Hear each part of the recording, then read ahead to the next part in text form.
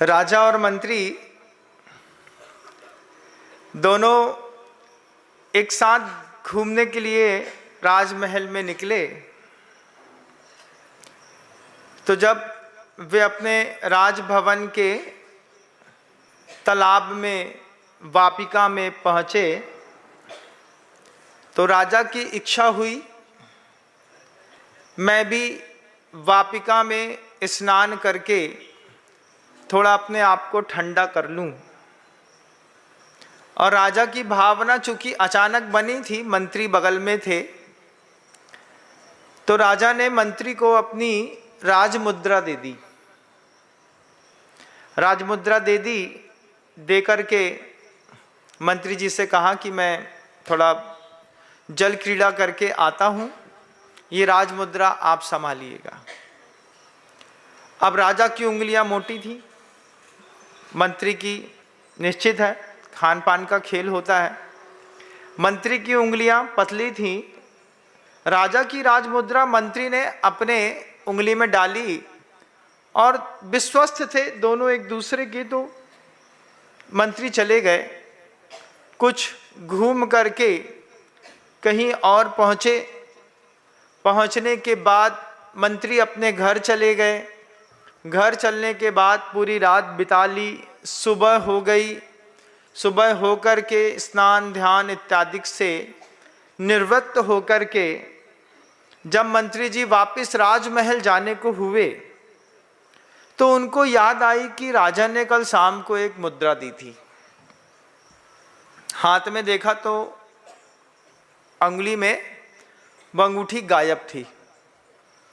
अब राजा की कोई दी गई राजमुद्रा, वो भी महंगी, और हाथ से गायब हो जाए, मंत्री की जान सदके में आ गई।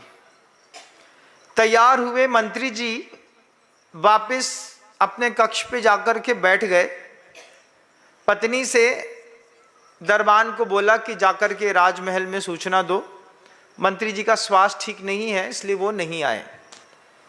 जायज़ है, ऐसा ही होता है। और मंत्री जी ने पूरा घर छान मारा। घर छान मारने के बाद भी उनको राजमुद्रा नहीं मिली। राजमुद्रा नहीं मिली।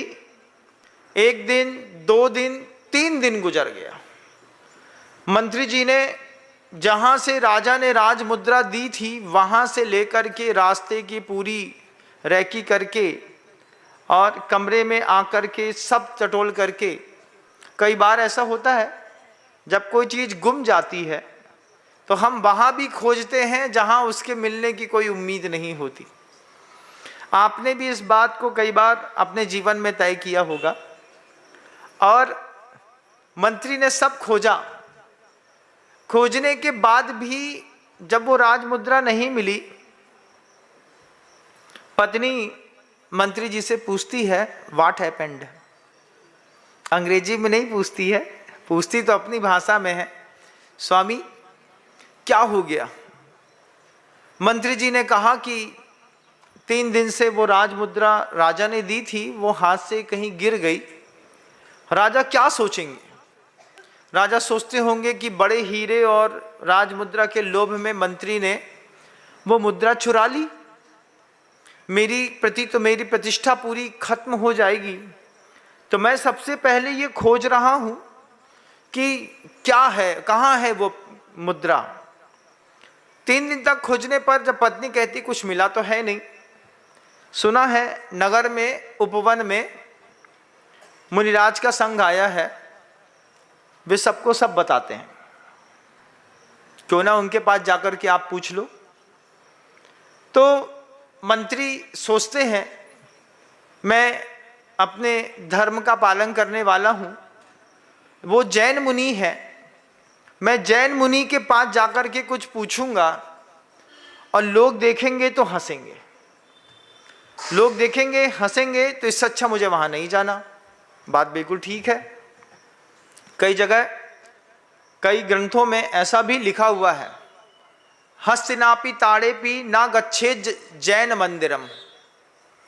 अगर सामने से पागल हाथी आ रहा हो और इस तरफ जैन मंदिर हो और इस तरफ जैन संत निवास हो, बीच में आप खड़े हो, हस्तिनापि ताड़ेपि ना गच्छेज जैन मंदिरम।